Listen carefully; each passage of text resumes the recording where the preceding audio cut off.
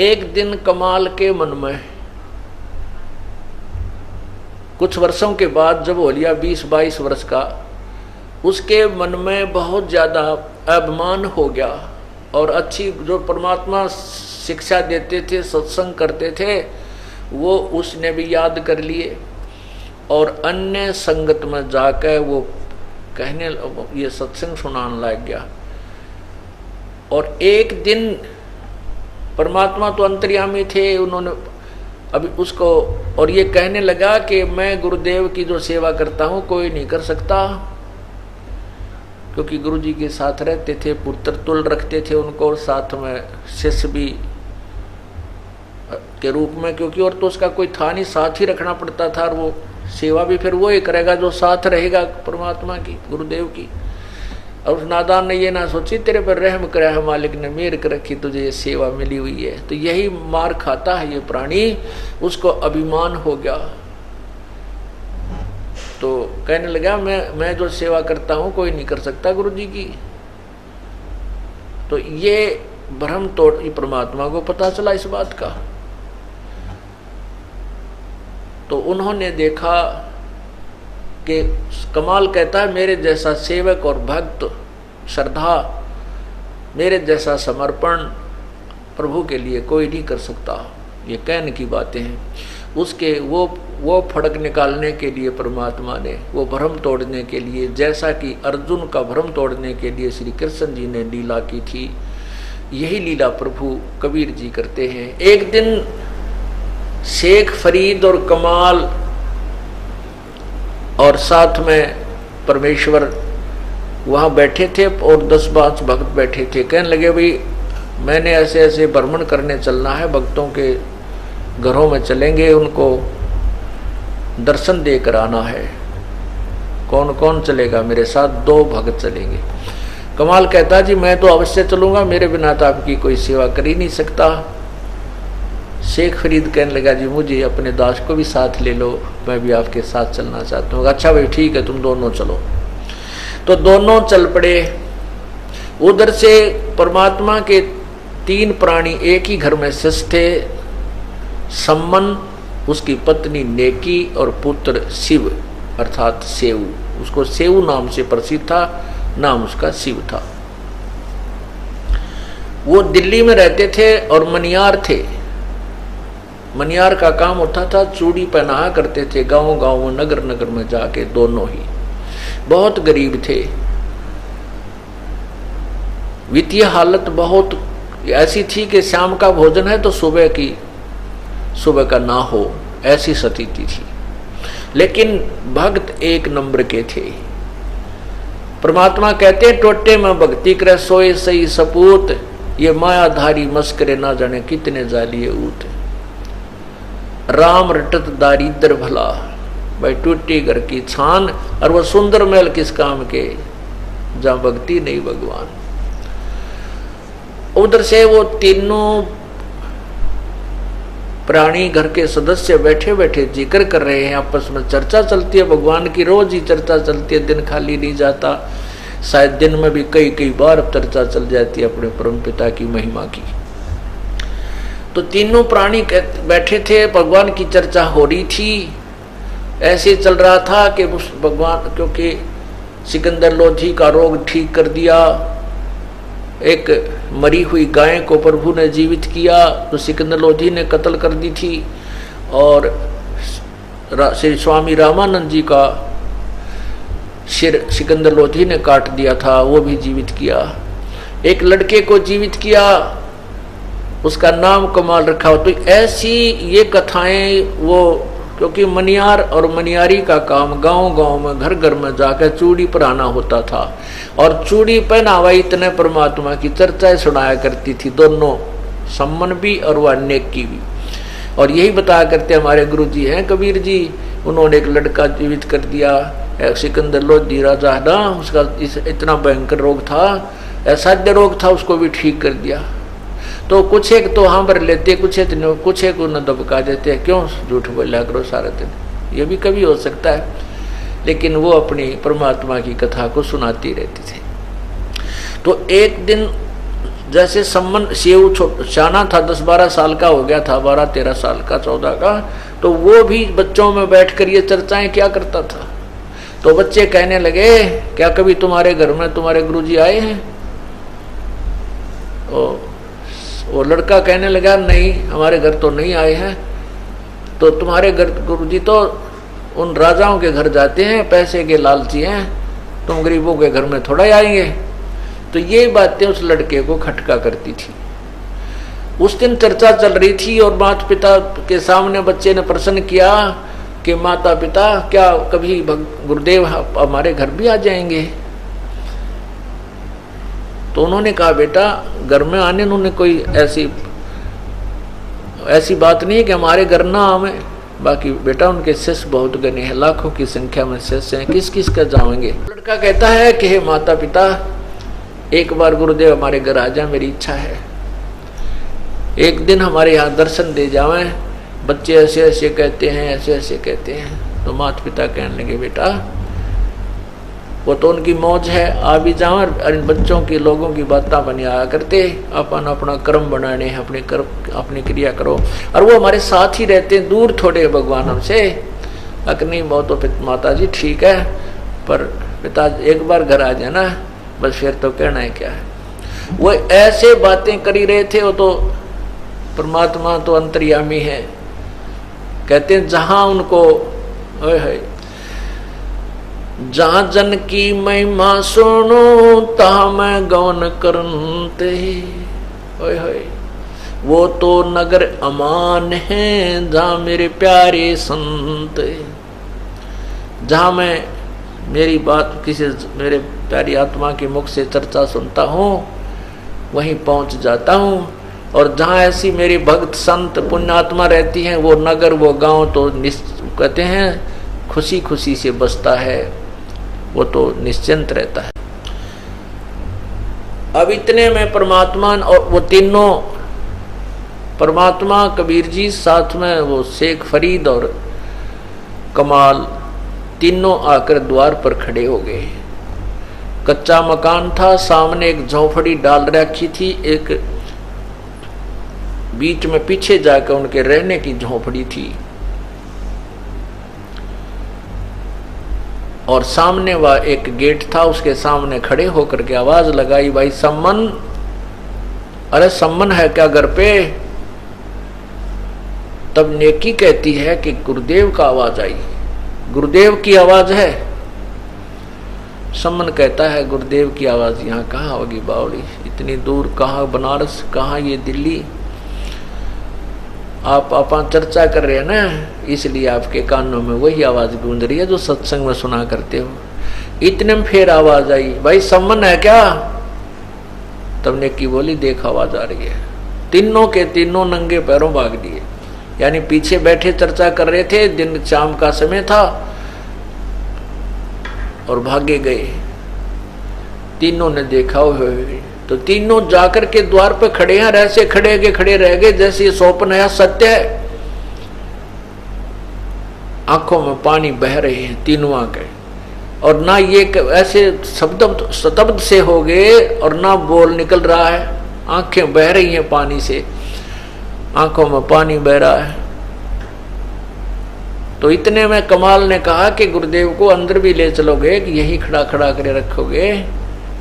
तब उनको जैसे स्वप्न सा टूटा, तीनों चरणों में गिर गए, और जैसा भी फटा पुराना कोई वस्त्र था घर पे, वो वहाँ आसन लगा दिया जमीन पर, चारपाई भी नहीं थी बेचारे के। और दूसरों को भी जैसे भी वस्त्र थे वो दूसरों भक्तों को भी बैठने के लिए दिया। अब सम्मन तो वहाँ जलपान करा रहा कि ले महाराज पानी पियो, चर्चा शुरू हो गया, कैसे दर्शन दिए परमात्मा, अभी तो आपको याद ही कर रहे थे, आप तो अंतर्यामी हैं परमात्मा, जैसे आप यहीं खड़े थे। अभी बच्चा आपका बेटा जिद लगा रहा था, प्रार्थना कर रहा था कि किसी प्रकार गुरुदेव हमारे घर आ जाएं, बड़ा आनंद हो। हे प्रभु, आप तो सबकी सुनते हो। ऐसे चर्चा करते करते काफी समय हो गया। उधर से फिर सम्मन के मन में आई रहे, खाना पीन तो पूछा नहीं, प्रभु से कहा, प्रभु जी कुछ खान पान की सुनाओ।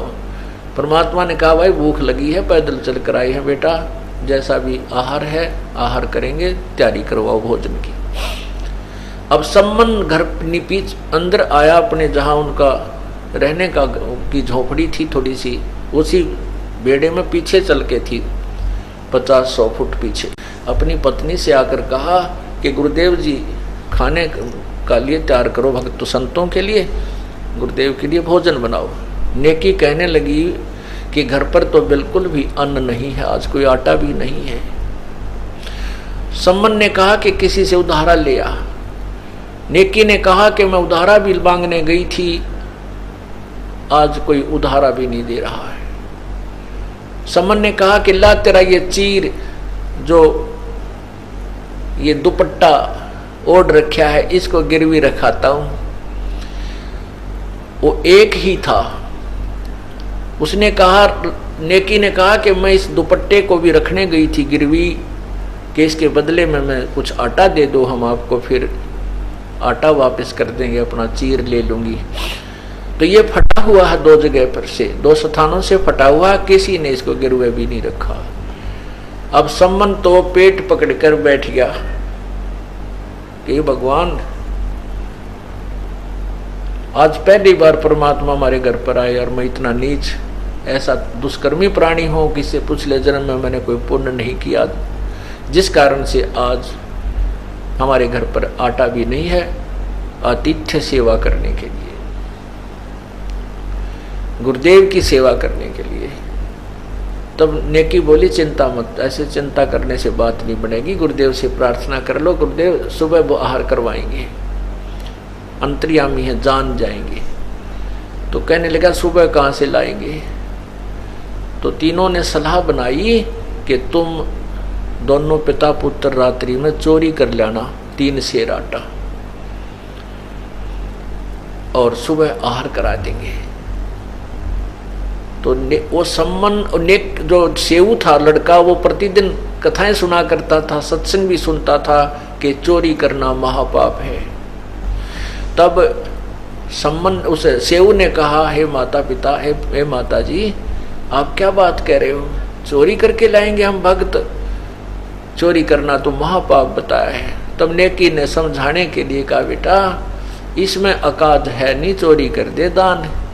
बेटा हम अपने लिए थोड़ा ही कर रहे हैं। और सुन ले, इसलिए चोरी करना आवश्यक हो गया कि जिस नगरी से कोई संत भूखे चले जाते हैं, वह नगरी बसा नहीं करती, नष्ट हो जाती है। और ये आज हमें उधारा क्यों नहीं दे रहे? क्या इस नगरी में अन्न नहीं है? ये इसलिए नहीं दे रहे, ये हमारे को परेशान करना चाहते हैं, क्योंकि हम जगह जगह पर कथा सुनाया करते थे परमात्मा की कि हमारे गुरुदेव इतने समर्थ हैं, वो ये कर देते हैं, ये कर देते हैं। तो आज 2-4 औरतों ने मुझे टोंट भी कसा है कि तुझे क्या जरूरत आज आटा मांगने की, तेरे गुरुजी आ रहे, तेरा भंडार भर देंगे, क्यों मांगती फिर रही है? तो बेटा ये तो माया के नशे में कति अपना विनाश करने को तैयार हैं, और भगवान रुष्ट हो गए, इस नगरी का आहार ना करे, ये खाली चले गए। तो क्योंकि ये तो परमात्मा कुछ नहीं कहेंगे, लेकिन ये काल यहाँ का जो मालिक है वो इस परमात्मा की के इस अनादर को सहन नहीं कर सकेगा, इस नगरी को नष्ट कर देगा। अब जैसे प्रधानमंत्री का कोई डड़ा मार दे, प्रधानमंत्री के उसने कि मैं कहेगा आप आगे चला जाएगा, और पीछे फिर ये पुलिस वाले गड्या कर उसने घेर के तोड़े दे, ये अंदर कर दे। तो ऐसे ही पूर्ण परमात्मा आए हैं, और इसका अनादर अगर इस नगरी से हो गया इनका, तो ये काल इस नगरी को उथल पुथल कर देगा बेटा। और हमने इसमें अपना गुजर किया है, इस नगरी को बचाना है, इसलिए बेटा तुम चोरी कर लाओ। इस बात से वो लड़का कति सहमत हो गया कि मां अवश्य चोरी करेंगे, चोरी इनका पुण्य हो जाएगा, हम नहीं करेंगे, हमने नहीं चाहिए, ये तो विशेष परिस्थिति बन गई है। तब दोनों पिता पुत्र रात्रि के समय 12 बजे से चोरी करने चल पड़े। और एक सेठ की दुकान में सेंध लाली, एक पाड़ लाया करें गोल, कुछ इतना रास्ता बना लिया, आदमी लेट कर उसका मुंह सिर देकर अंदर घुस जा घर में, और चोरी करके वापस निकल जा। तो वहां सम्मन कहने लगा, बेटा तू बाहर खड़ा हो जा, मैं लाऊंगा अंदर से चोरी करके। तो लड़का बोला, नहीं पिताजी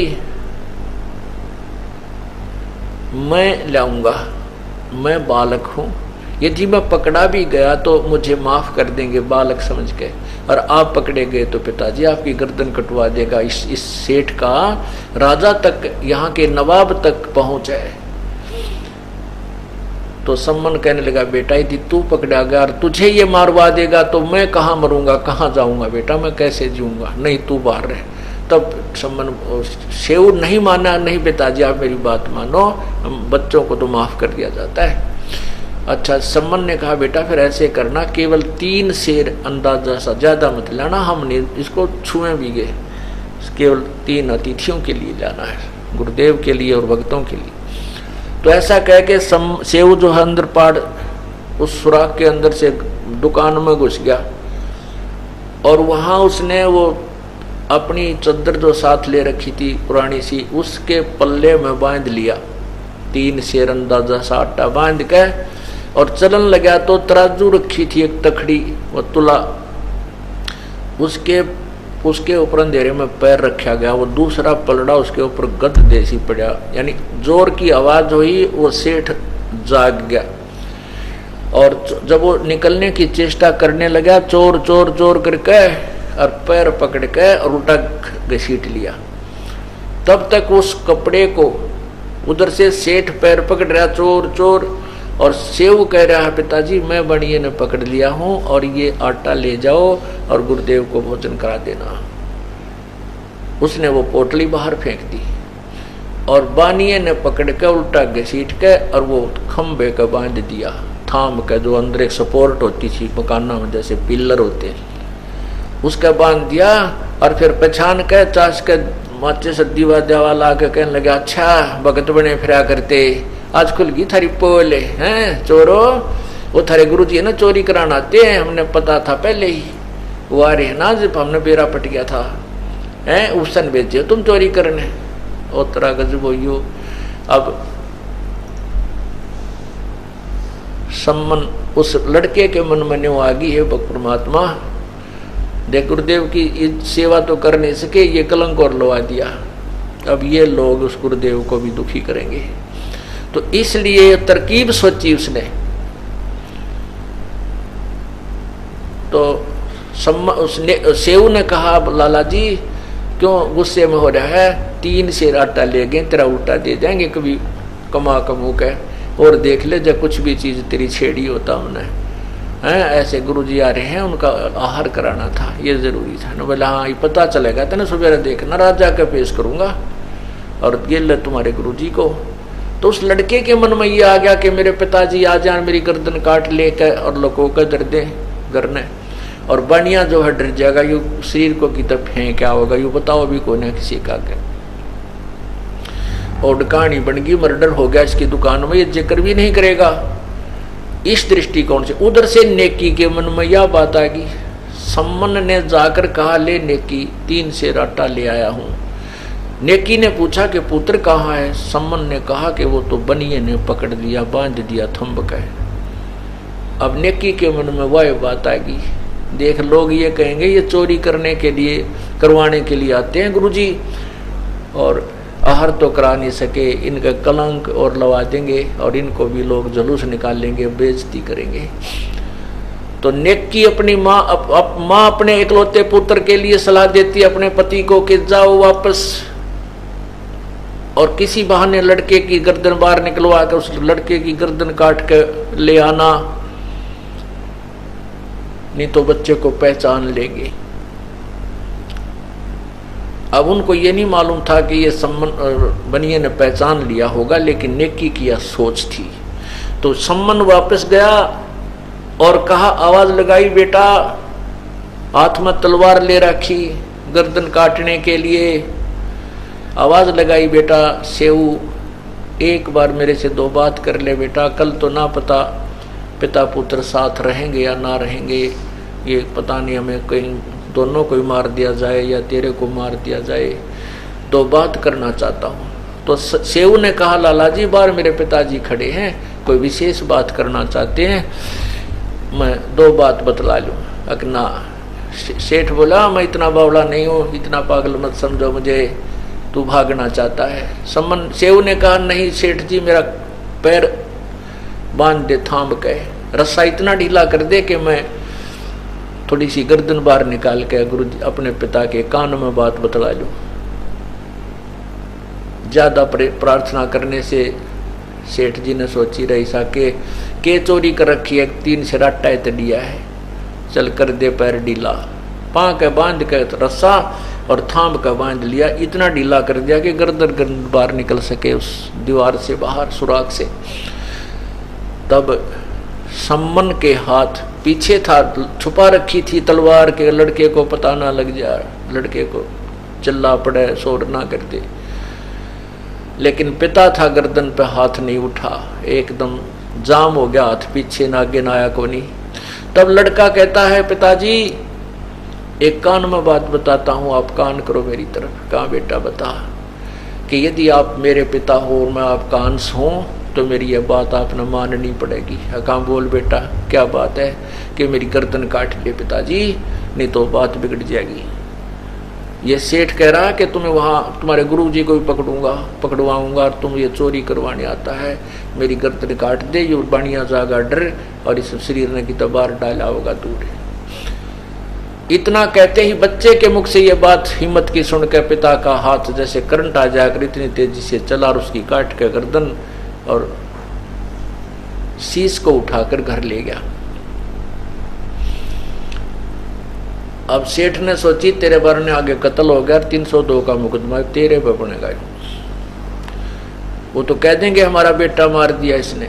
तो सेठ ने क्या किया, उस लड़के के पकड़ के पैर सब के बिना शीश आड़े के उठा के घसीटता और उसको पजावा था, पजावा बहुत मैदानी किलन होते हैं, वो मैदानी भट्ठे जैसे ऊंचे ऊंचे बन जाते हैं, उसमें खंडर से उस पजावे में गिरा जाकर रात ने अकड़ गिरा, किसका नाम लगेगा मेरे द्वार से। और अपना जो सुराख बना रखा था चोरी करने का, वो बिल्कुल लीप ल्याप के और भी काफी जगह लिप ल्याप कैसी कर दी कि कोई चोरी मेरे घर से हुई ही नहीं।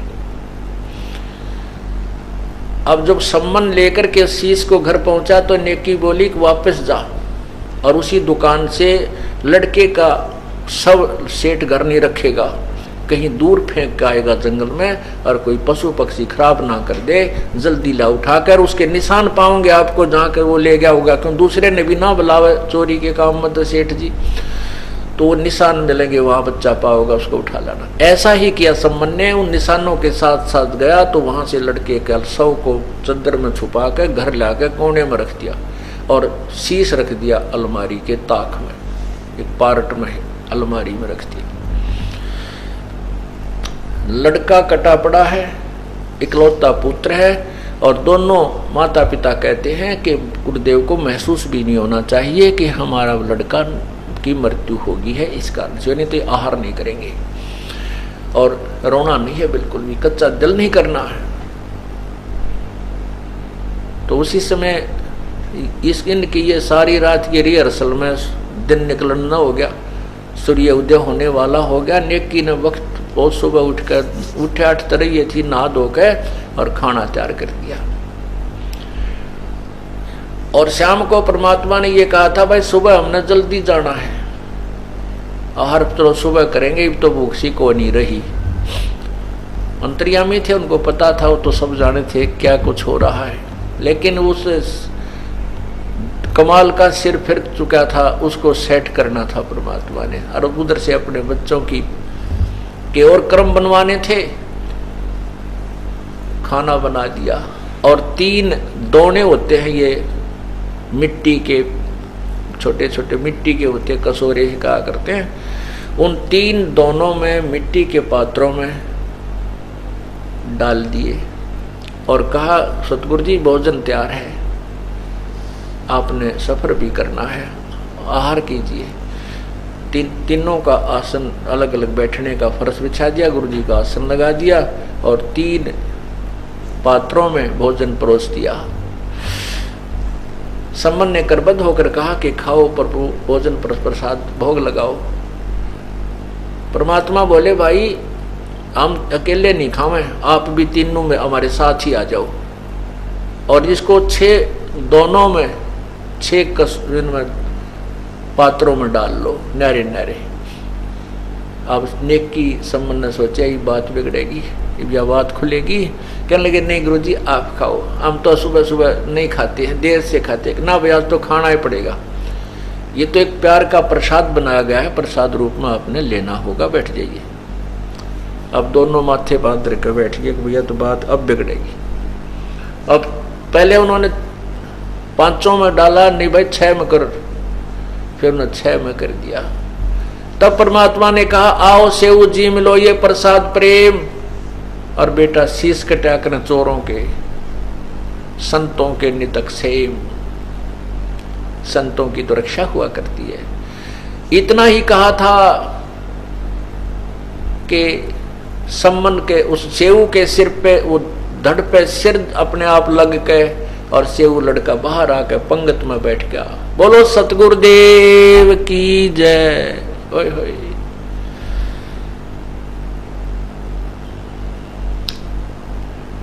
अब माता पिता को शंका होगी कि ये वही लड़का है कि नहीं। न्यू निशान पर कुर्ता उठा कर देखें इसका निशान है कि नहीं, कि तो निशान भी नहीं कि इसका सिर कटा था।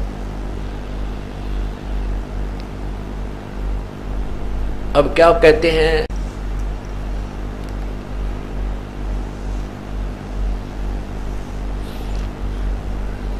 कि नहीं गहरा गर्दन कहो ओ से अकना,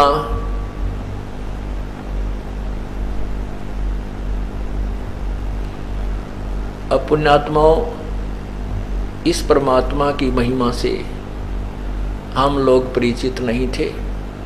वही प्रमाण ले लीजिए कि ताम्र ध्वज को जीवित किया मोर ध्वज के लड़के को, और इस परमात्मा ने जीवित किया उस सम्मन के पुत्र सेऊ को।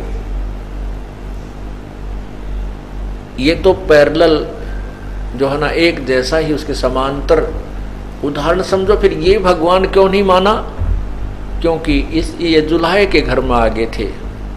अगर ये श्री कृष्ण जी और श्री रामचंद्र जी की तरह किसी राजा का जन्म ले लेते और 5-7 गढ़ देते तो ये आपका प्रभु मान लिए जाते। श्री कृष्ण जी ने शिशुपाल मारा, चानूर मारा, कंस मार दिया, जरासंध मारा है, तो इसलिए वो भगवान मान लिए। ठीक है वो भी प्रभु हैं, लेकिन ये भगवान मारने वाले नहीं, केवल जीवित करने वाले हैं। ये सुख देने वाले हैं, दुख देने वाले नहीं हैं। जैसे गीता जी अध्याय नंबर 15 के श्लोक 17 में कहा कि उत्तम पुरुष तु अन्य परमात्मा इति उदारते। परमात्मा उसे कहते हैं जो केवल सुख दे दुख ना दे। इसको भगवान, ये है परमात्मा की जो है वास्तविक संज्ञा। ये भी भगवान है। कसाई जैसे बकरे पालता है वो भी उनका मालिक है, वो स्वार्थवश पाल रहा है, उनकी सेवा भी करता है, उनको सारा आहार भी खिलाता है, सुरक्षा भी करता है, लेकिन उसका स्वार्थ कुछ और ही है, वो भी मालिक है। और ये परमात्मा वास्तव में ये परमात्मा है, ये दुख नहीं देता, सुख ही सुख देता है। सतलोक में जाने के बाद किसी की मृत्यु नहीं होती, इसके राज्य में, इसके लोक में कोई मृत्यु को प्राप्त नहीं होता। वहाँ कोई कष्ट नहीं, कोई राग नहीं, कोई द्वेष नहीं, किसी चीज का अभाव नहीं। अब कमाल से परमात्मा ने कहा कि कमाल देखा भाई श्रद्धा तूने, कमाल तो शुक्र गया कति ने बुलाए भगवान, हम तो पास सिंह भी कोई नहीं भगता की कुर्बानी के। तो बेटा बड़े बोल नहीं बोलने चाहिए, तू क्या कहता कि मेरे जैसा समर्पण किसी का नहीं है।